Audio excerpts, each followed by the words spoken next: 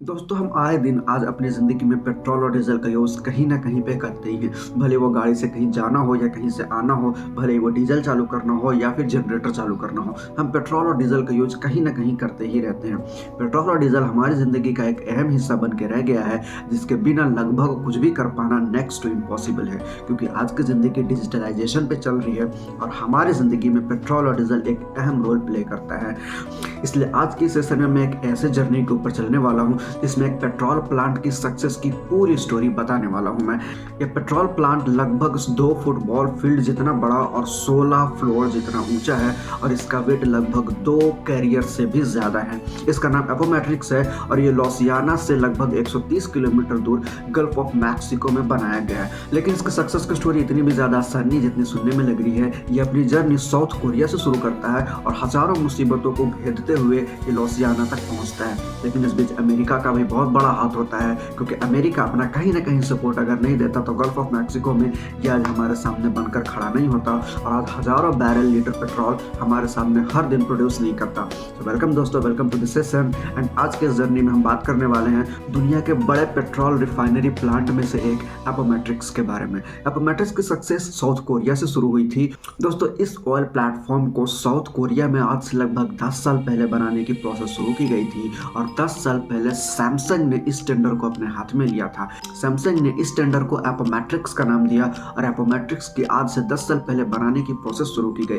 हजारों इंजीनियर्स और लगभग लाखों वर्कर्स ने अपना जी जान लगाकर दिन रात एक करके इस एपोमेट्रिक्स को बना दिया और बनाने के बाद इसको सबसे बड़ी मुसीबत जो सामने आई वो थी इसको मैरीन वेसल के ऊपर लाद कर अमेरिका तक का सफर करवाना, क्योंकि मैरीन वेसल एक बहुत बड़ा होता है और इसके लिए दुनिया का सबसे बड़ा मैरीन वेसल को जो कि चाइना से मंगवाया गया था। बताया यह जाता है कि चाइना से मंगवाए गए इस मैरीन वेसल की कैपेसिटी लगभग 98,000 टन तक का वजन उठाने की कैपेसिटी रखता था और सैमसंग ने इस टेंडर को बनाने के बाद उनके सामने दो सबसे बड़ी चैलेंज आने वाली थी।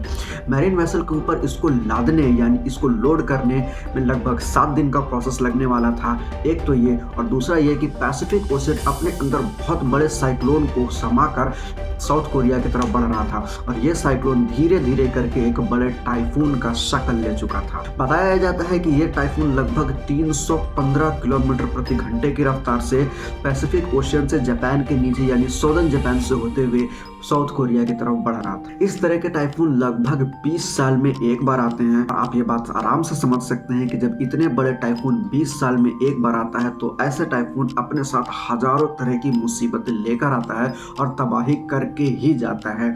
इसके लिए सैमसंग के इंजीनियर्स ने तुरंत मेट्रोलॉजिकल डिपार्टमेंट से कंसल्ट किया और उन्होंने बताया कि लोकेशन तक इसको पहुंचने में अभी भी टाइम है। अगर इस चीज को आपने 3 दिनों के अंदर अंदर मैरीन वेसल के ऊपर लोड कर दिया तो हम बचा सकते हैं, वरना बचा पाना नेक्स्ट टू इम्पॉसिबल होगा। ये oil platform Shell oil company का बहुत बड़ा प्रोजेक्ट था जो सैमसंग के हाथ में दिया गया था बनाने के लिए। अब क्योंकि 315 किलोमीटर प्रति घंटे की रफ्तार से बढ़ने वाला टाइफून हजारों मुसीबतों को लेकर आ रहा था, इसीलिए हमारे इंजीनियर्स मेट्रोलॉजिकल डिपार्टमेंट के साथ कंटिन्यूअसली कांटेक्ट में थे ताकि कहीं न कहीं से ऐसा कोई एक न्यूज मिले जिसमें ये पता चले कि शायद ये टाइफून अपना रास्ता बदल दे। लेकिन मेट्रोलॉजिकल डिपार्टमेंट ने उन्हें टाइम 3 दिनों से घटाकर 2 दिनों पे करने के लिए बोला और ये बोला कि 2 दिनों के अंदर में जो भी बचा कुचा काम है वो करके इसको वक्त से पहले यानी 7 दिन से पहले 3 दिनों में ही डिस्पैच कर दिया जाए, वरना सारे किए कराए पे पानी फिर जाएगा। इस मुसीबत को सुनने के बाद हमारे इंजीनियर्स ने लगभग के लिए वर्कर्स की एक आर्मी बनाई गई और इस thousands of lakhs of workers ने मिलकर दिन रात एक करके 7 दिनों का काम 2 दिनों में कंप्लीट किया और उसके बाद इसको मैरीन वेसल के ऊपर लादना था यानी मैरीन वेसल के ऊपर लोड करना था। इसके लिए हजारों हाइड्रोलिक्स की मदद से इसको जमीन से थोड़ा उठाया गया और इसको फ्लोटिंग डक्ट तक किसी भी तरह से ले जाया गया। जब सक्सेसफुली पहले ही अटेम्प्ट में इस प्लेटफॉर्म को फ्लोटिंग डॉक के ऊपर लाद दिया गया तो फ्लोटिंग डॉक को शिप की हेल्प से मैरीन वेसल तक ले जाया गया, जहां पर मैरीन वेसल पहले से ही अपने आप को रेडी करके इसको अपने ऊपर लोड करने की तैयारी में था। कुछ एक्सपर्ट्स का मानना है कि यह प्लेटफॉर्म ऑलमोस्ट 41,000 किलो टन का था, लेकिन मैरीन वेसल 98,000 किलो टन का वजन लाद सकता था अपने ऊपर। और यही मैरिन वेसल 98,000 टन ऑफ वजन को लेकर जा सकता था। इसे ही इस प्लेटफॉर्म को लेकर गल्फ ऑफ मैक्सिको तक का सफर तय करना था। जब फ्लोटिंग डॉक ने इस प्लेटफॉर्म को मैरिन वेसल तक पहुंचा दिया, तब पहली दफा फ्लोटिंग डॉक ने इस मैरिन वेसल को पानी के ऊपर छोड़ दिया और for the first time in the platform history वो पानी के ऊपर फ्लोट कर रहा था। मैरिन वेसल अपने आप में पानी भरकर खुद को नीचे समाने लगा ताकि वो प्लेटफॉर्म के लेवल तक जा सके और उसके बाद वो अपने आप को पीछे करके प्लेटफॉर्म को अपने ऊपर लोड कर सके। क्योंकि ये प्लेटफॉर्म काफ़ी भारी था और इसके अलावा मैरिन वेसल भी अपने साइज में काफ़ी ज़्यादा बड़ा था, इसके लिए ज़रूरी था कि प्लेटफॉर्म अपने आप में अपनी जगह पे बिल्कुल शांति से खड़ा रहे, तभी ये चीज़ हो सकता था। अगर प्लेटफॉर्म या फिर समंदर की शांति न रहे, वो हिलता डुलता रहे, तो बहुत मुश्किल होगा कि मैरिन वेसल के ऊपर इस प्लेटफॉर्म को लोड किया जा सकता था। धीरे धीरे टाइम घटती गई और 48 घंटे सिर्फ बचे थे। इसके अलावा क्योंकि 48 घंटे बचे थे तो समंदर में इस सुपर टाइफून का असर दिखना शुरू हो गया था। और जैसे जैसे टाइम घट रहा था, हमारा मेट्रोलॉजिकल डिपार्टमेंट और इसके अलावा इंजीनियर्स का टेंशन बढ़ता जा रहा था। उन्होंने ये बताया कि सुबह के समय में लगभग 2 घंटे के लिए हमारा समंदर बिल्कुल शांत रहेगा। इस 2 घंटे में अगर तुमने इस प्लेटफॉर्म को लोड कर दिया तो पॉसिबल है कि तुम बचा पाओ, वरना कुछ भी बचा पाना मुश्किल होगा। ये सोचकर हमारे इंजीनियर्स के टेंशन और बढ़ गई और इसके बाद अब हमारे पास सिर्फ 36 घंटे बचे थे। सुबह का समय आ गया था और समंदर बिल्कुल शांत था, जैसा कि हमें इंफॉर्मेशन मिला था। फ्लोटिंग डक बिल्कुल प्लेटफॉर्म से दूर खड़े थे। मैरिन वेसल ने अपने ऊपर पानी भर लिया था और वो अपनी लोकेशन पे बिल्कुल खड़ा था। और सक्सेसफुली कड़ी मुशक्कत के बाद लगभग मैरिन वेसल ने पहले ही अटेम्प्ट में इस मुश्किल भरे चैलेंजेस काम को एक ही झटके में कर लिया और सारे इंजीनियर्स की टेंशन टाटा बाय बाय हो गई। और उसके बाद पहली दफा खुशी खुशी सारे इंजीनियर्स और वर्कर्स ने इस मैरिन वेसल के साथ इस प्लेटफॉर्म को टाटा बाय बाय किया।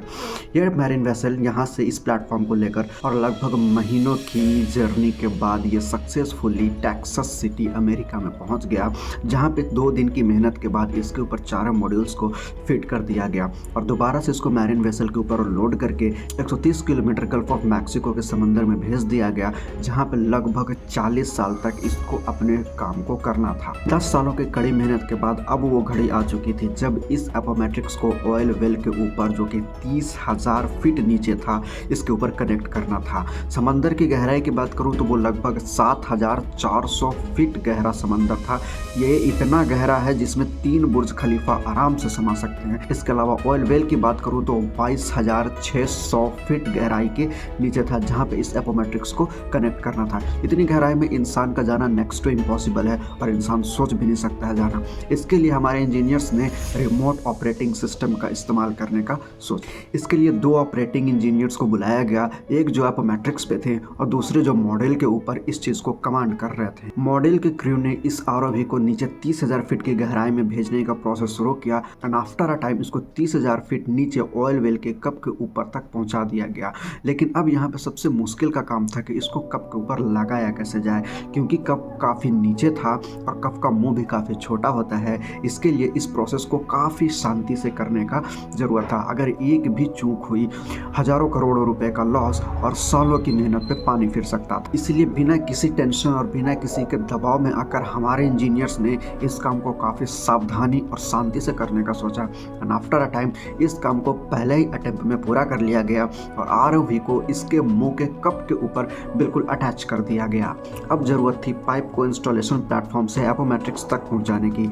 इसको राइजर वेसल कहते हैं और इसमें 4 चैम्बर्स काम करते हैं। एपोमेट्रिक्स ने एक चेन अपने नीचे गिराया, जिसके बाद आरओवी ने उसको अपने ऊपर कनेक्ट किया और वो ले जाकर इंस्टॉलेशन प्लेटफॉर्म को दिया। इंस्टॉलेशन प्लेटफॉर्म ने चेन को इसके पाइप से कनेक्ट किया और उसके बाद एपोमेट्रिक्स को ऑर्डर दिया कि इसको खींचा जाए और उसके बाद एपोमेट्रिक्स ने बड़ी आसानी से इसके पाइप को अपने ऊपर खींचकर कनेक्ट कर लिया। और इंस्टॉलेशन का लगभग सारा काम कंप्लीट हो चुका था और अब जरूरत थी इसके ड्रिलिंग के काम की। ड्रिलिंग का काम सी बेड से लगभग 22,600 फीट की गहराई में होना था और लगभग सी बेड से कई महीनों की ड्रिलिंग प्रोसेस के बाद ऑयल वेल तक पहुंच गया। जब ये न्यूज इंजीनियर्स के सामने आई कि ड्रिलिंग मशीन सक्सेसफुली पहले ही अटेम्प्ट में बिना लेफ्ट और बिना राइट हुए सीधा अपने ऑयल वेल के मुंह तक पहुंच चुका है, तो ये बहुत एक्साइटमेंट वाली बात थी और लगभग सारे वर्कर्स, सारी टीम और सारे इंजीनियर्स बहुत खुश थे। अब जरूरत थी पाइप को नीचे से ऊपर तक खींचने की और इसके बाद पंपिंग की प्रोसेस शुरू करने की, यानी ऑयल को ऊपर खींचने की। इसके लिए पूरी टीम बहुत ज़्यादा एक्साइटेड लिमिटेड थी।